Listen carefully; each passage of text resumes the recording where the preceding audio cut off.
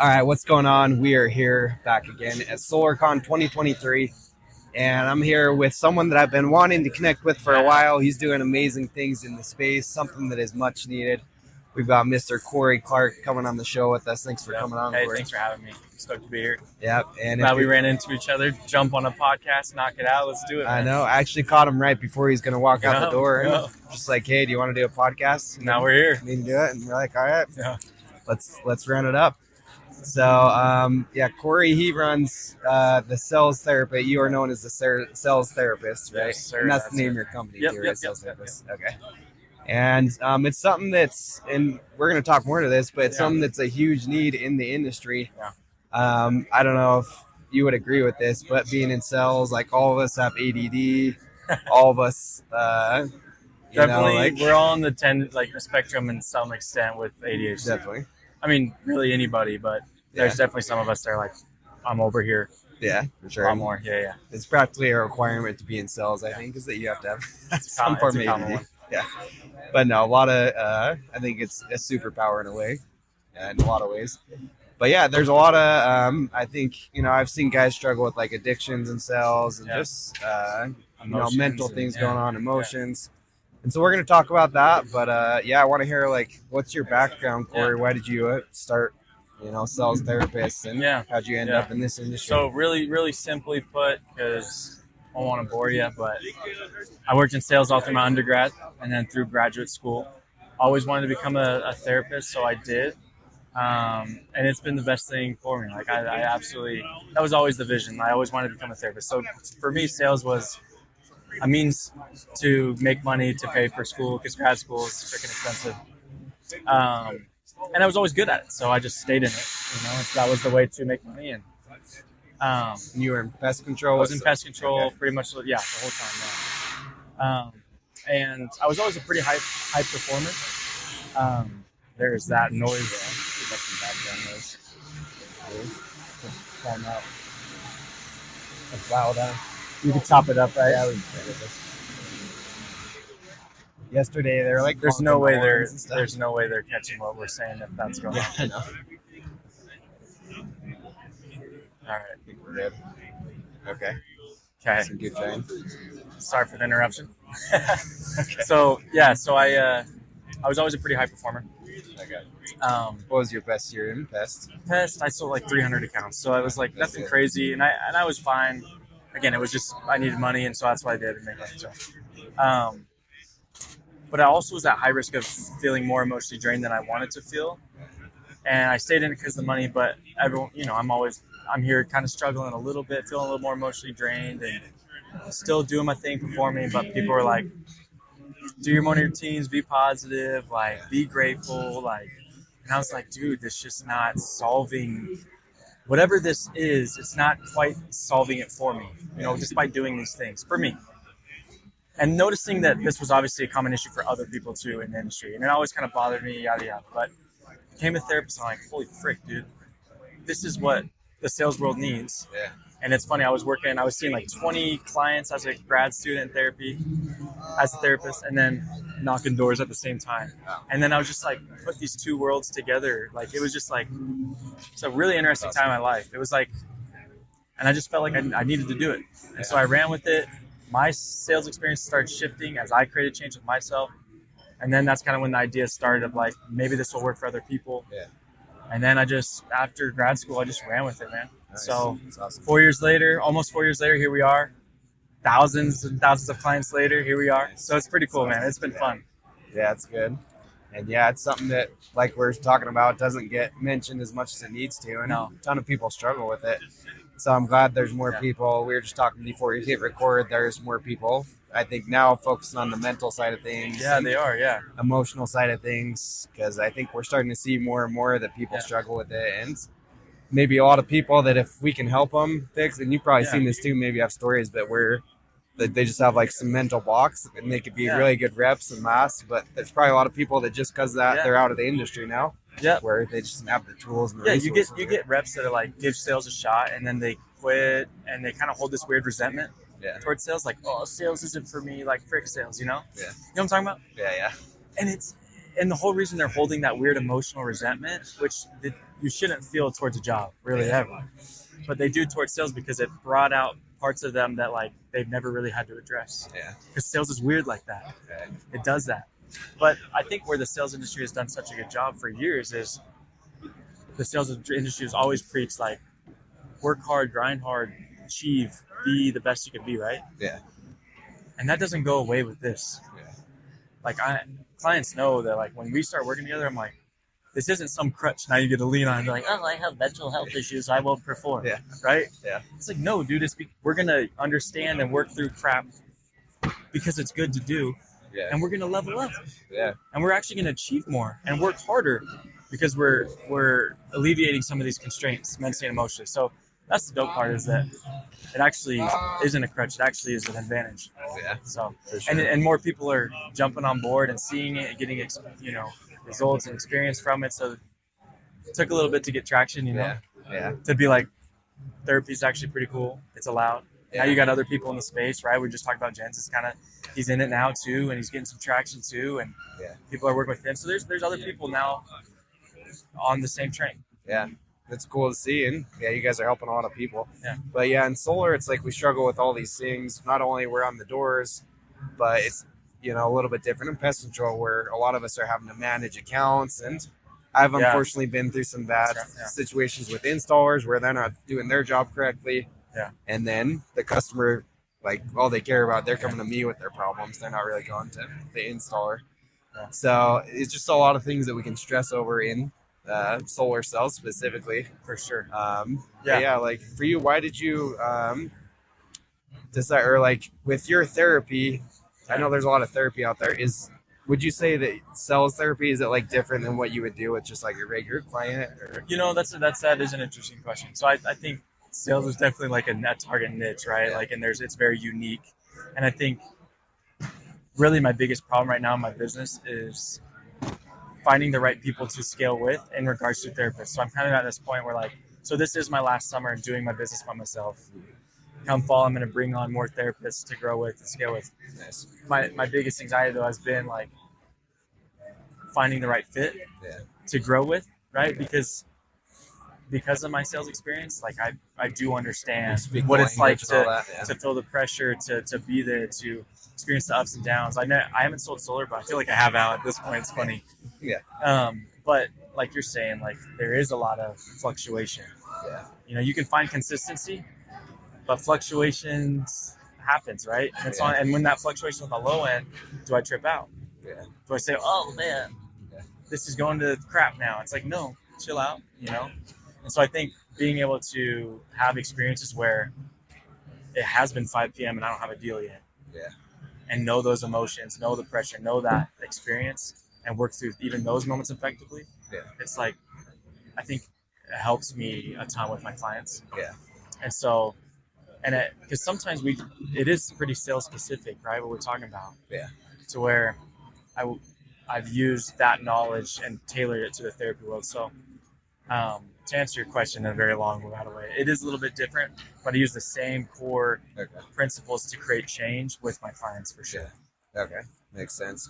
And I do have conversations with clients about like, let's talk about you, where you come from, upbringing, because a lot of times it's like sales is about relationships. Yeah. So how you've handled relationships for 20 plus years, how does that not have an impact on a job that's all about relationships? Yeah. You know what I'm saying? Yeah. There's patterns, there's emotional patterns. They're all within that. Yeah. So like we got to be aware of it. We don't have to ignore it. Just build awareness so we can solve it and work through it better. Yeah. 100%.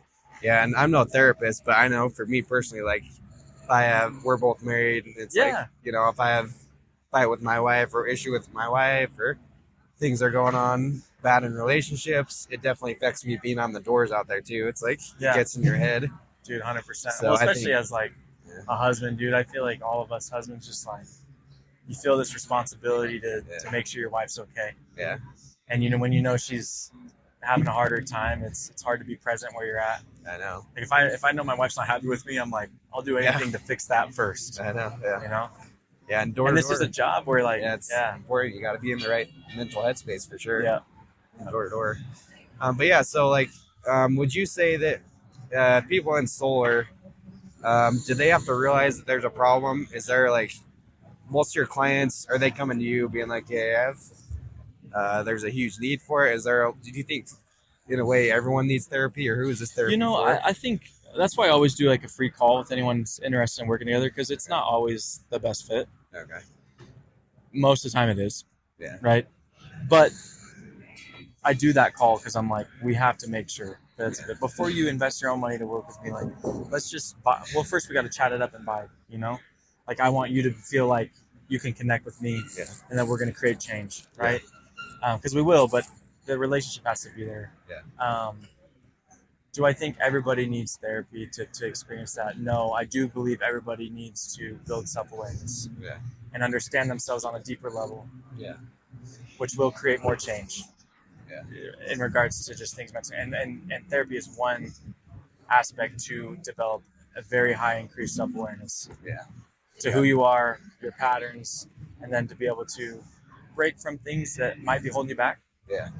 And then also just continue to level up the way you're doing. So Okay. it's an avenue to create that, but you don't have to experience therapy to be able to get to that point. Okay. I like that. Yeah. I just asked because I have done some therapy, but I remember before I did therapy, I'm like, oh no, I don't need that. Like, that's for like people are super depressed, or totally, like, right. Well, have that's like been the message crazy forever. mental issues and stuff like that. But as I did it, I came to realize that you don't have to be like some crazy psych ward patient to have therapy. It's like, dude, full transparency. I mean, for me, that paradigm shifted for me as a grad student. Yeah. Like I'm here becoming a therapist because I'm like, I want to help people, which is I do. Yeah. That's why I became a therapist. Like I love connecting. I love helping people. I love being involved in the details of something. I just love that. I love the feeling. I like the emotional side of it. But that was the game changer. That my paradigm shift was like, dude, why is mental health treated like this weird crutch, negative thing, when in reality it's like it's literally it levels up your life if you let it. For sure. Yeah, so I definitely recommend, if you haven't done some type of therapy, you should. I think for a lot of people, maybe they were like me, that they didn't know there was a need for it. Maybe they didn't know it could be helpful. Yeah. Like you don't have to be some messed up person. There's a lot of things that you can realize as 100%. You're doing it. But so as you're working with people, Cory, what are some like shifts you have? I don't know if you have any stories of like people you've worked specifically in solar, but what are like some shifts, or what are some like patterns that you see that you like help them overcome and things like that? I'd say for someone who's starting out in solar, is that cool? Yeah. Someone who's just starting out, I'd say one of the biggest things I notice is like, it's obviously in the industry, it's talked, deals, sales all the time, right? When you get your next sale, yada, yada. And I think it's so easy to become result-oriented thinking. And when am I going to get my next deal? And the industry pushes that thinking, which I don't understand why. Well, I do understand why. It's all about the money. That's why. Money, But in reality, the most effective mindset for a sales professional to be in, whether you're a rookie or not, is process-oriented thinking. It's deals and sales are a byproduct to the process that I trust. Right? That's good. You feel that. You know that. True. You believe that's true? Yeah. 100%. Someone who's been here for 6+ years in the selling solar, right? It's like you don't really have to worry about deals. Deals will come as you trust the process. Within a level of consistency, fluctuation is allowed, right? What's not allowed to fluctuate is my effort, right? So that's where like rookie reps, or just people, or even reps in general, just they get so wrapped up in win the deal. And it's not about that. Just have a system, mentally and emotionally, but also logistically. If I can do this, sales will come, and keep filling the pipeline. And that's the other thing too with solar, is like the initial stage of filling your pipeline is really hard. But once it's filled, don't get content. Right. Because a lot of guys fill their pipeline, they get paid, and then they're like, oh, dude, I can chill out. It's a curse of solar. And then I'm like, dude, if you chill out, your pipeline's going to drain. And then you're back at the refill stage. For sure. Which with cancels or things that just happen naturally, right? It's not fun. So if your pipeline's filled, you're going to be way less attached to deals. Because you're focusing on filling the pipeline, the process. It's one of the healthiest mindsets to live in. I love that.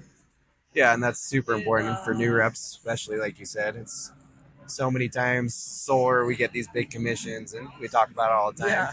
People make, $10,000 commission, and then like, all right, not working for this a month. Well, dude, I was literally just on a phone call this morning with a client that he made like this month he'll do like 40K, right?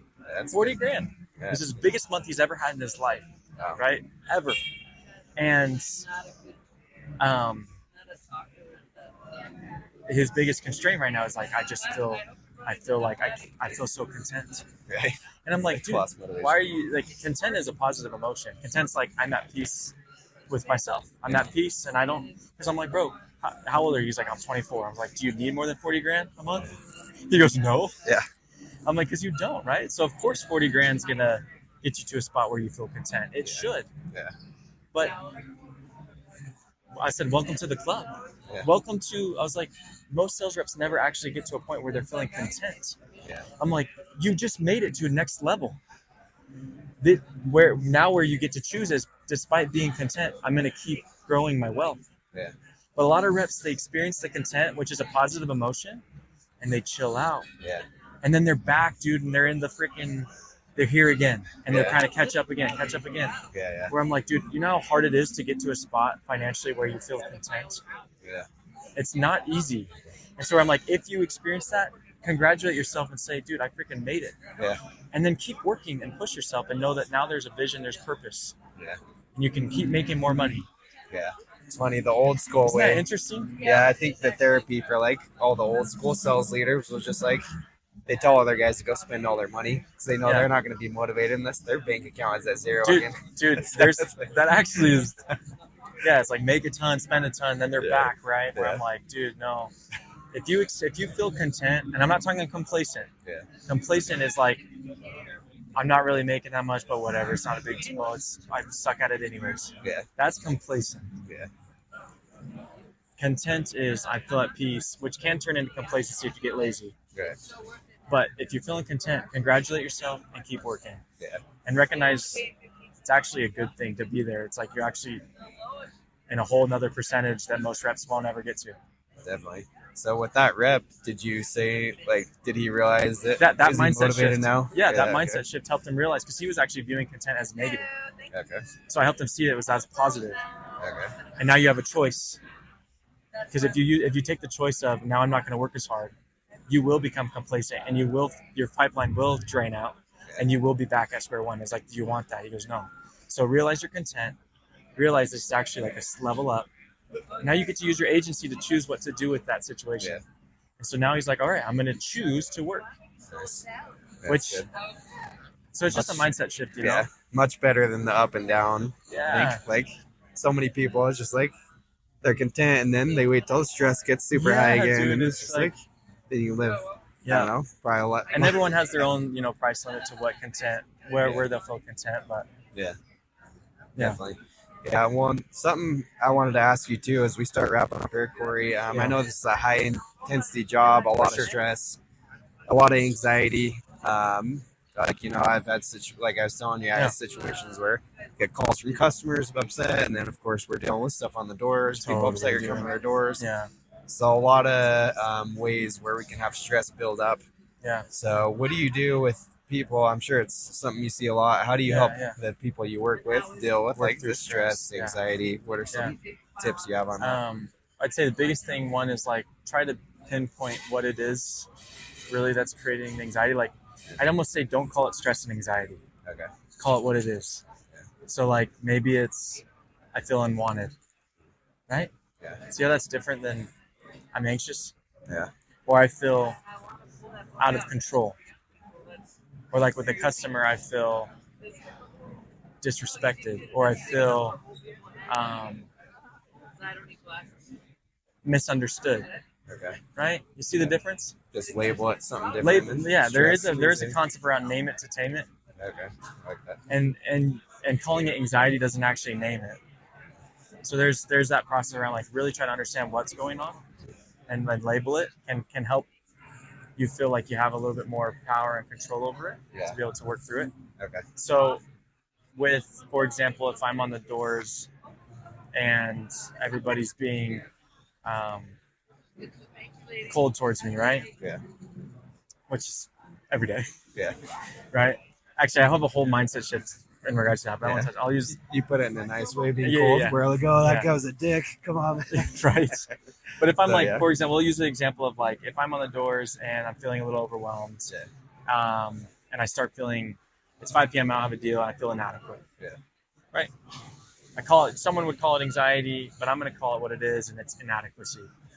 And you're like, can I even sell today? Right. Call it inadequate, and then maybe now ask yourself, okay, what is now you get to choose. I'm going to let this emotion own me, or I'm going to own it. Okay. That choice is really important. Most of the time, that emotion owns the rep, which then we can call it burnout, but emotional exhaustion happens because people feel the same emotion every day and they never actually solve it. Yeah. So, for example, let's say you feel inadequate. Now you get a choice. I'm going to let that emotion own me, or I'm going to own it. What does inadequacy want you to do? Just stop working. Stop working. Maybe go sit on the curb. Maybe go in the car. Maybe just like knock through emotions. Complain. Right. So the second you do those things, you're really actually reconfirming the belief that you are inadequate. Oh, that's a good point. Right. Yeah. And the brain knows that. That's the wild crap about it. Wow. Wild, right? Yeah. And so now you get to choose, what am I going to do? So what's the last thing that inadequacy would do? Probably knock doors. Yeah. Probably knock more doors, right? Yeah. And so like your manager goes, oh, dude, freaking just knock more doors, right? Which invalidates and yada yada. That's a whole other thing. But you're self-aware, so you're taking a step back. You recognize you're feeling inadequate, and then you tell yourself, okay, I'm actually going to go knock doors because I'm feeling inadequate, because that's the last thing inadequacy would do. And so now you go and you go have conversations with people, and you have good experiences, and what does it do to the brain? It validates I guess I'm not inadequate, right? And you actually create change. So that day, and so now tomorrow, the chances of inadequacy creeping in, way lower. Yeah. Because you actually solve the emotion at the core a lot more effectively. That's cool. Yeah, so that is like a gold tip right there. Yeah, it is. It's cool. So yeah, and it's I hope that's helpful. Whoever's listening that resonates, I hope that's helpful for you today. Well, that just shows that this stuff can like actually help you sell better, because probably a lot of people are like, oh, it's not gonna actually help me, like, that's why better. I do a money back guarantee with my clients. I say, you invest with me. I say, if it doesn't help you make more money, I give it back. Yeah. Because I'm like, it will. Yeah. Seriously. Yeah, I mean, just making that mental shift, that's powerful, man.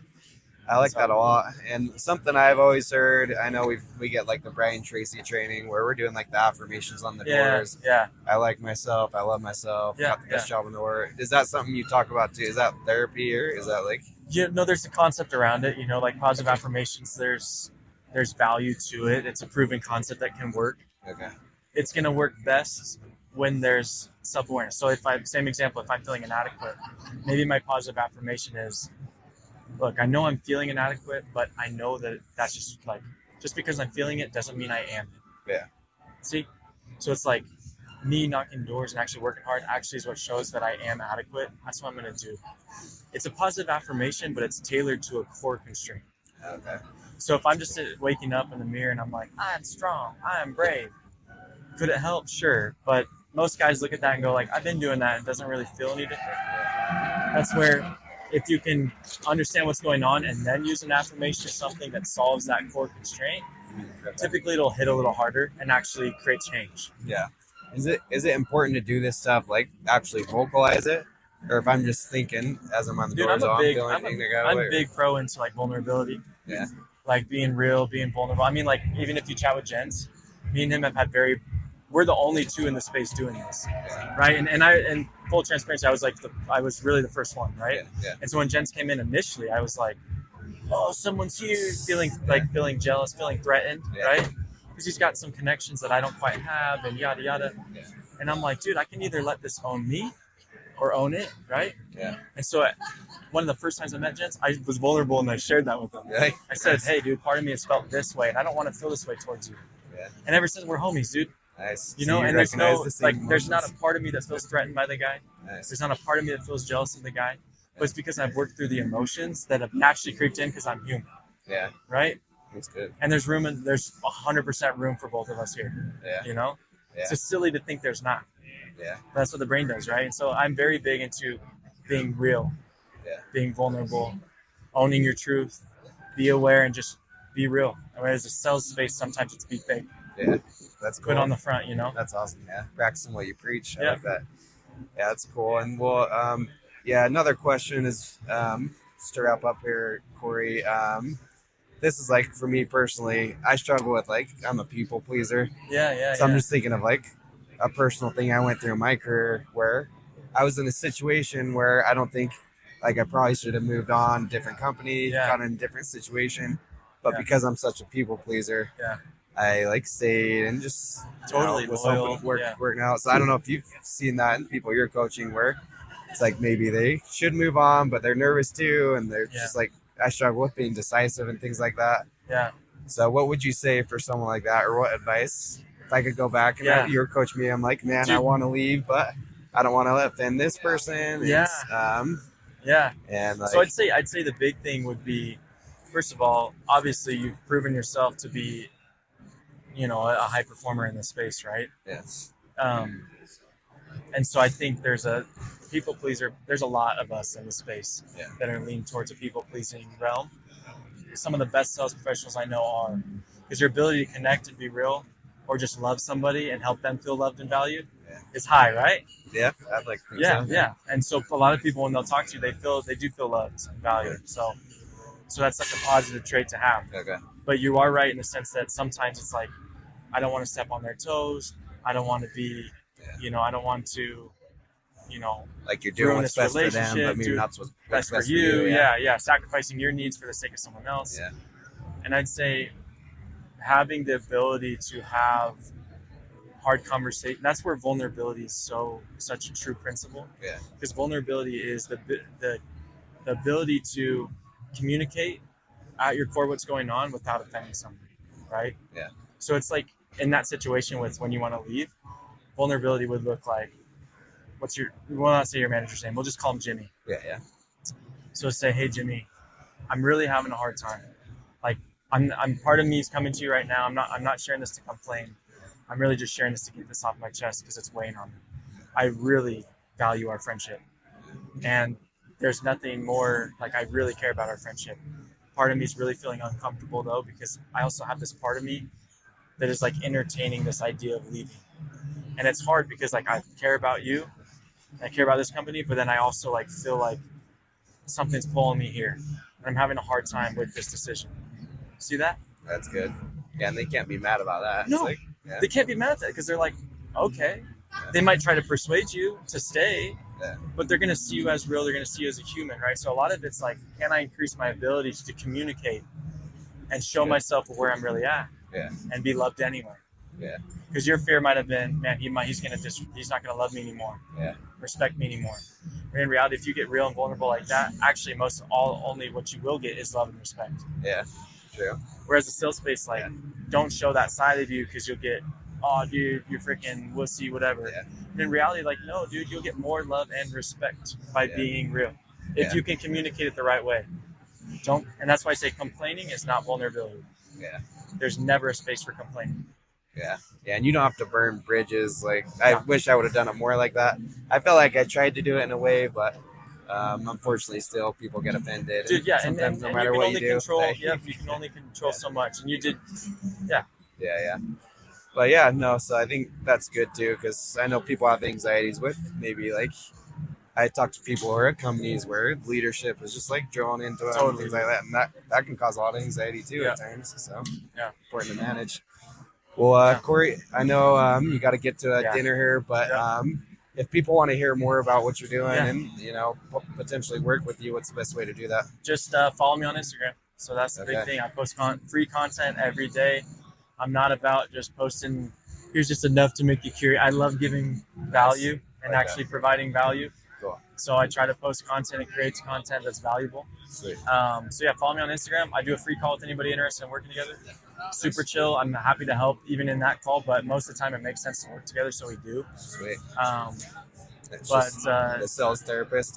These sales therapists, type it in, it'll pop up, and let's connect. Cool. Do you do trainings for companies or just for individuals? Yep. So my time spent working with individuals, but I do a lot of companies will have me come out and do trainings and events or all the time. So that is definitely a thing. I used to let companies contract me out. Yeah.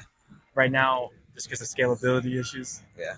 There's only so much time in a day. I'm really just focused on individuals that are willing to invest their own money in themselves, which is honestly better anyways. Gotcha.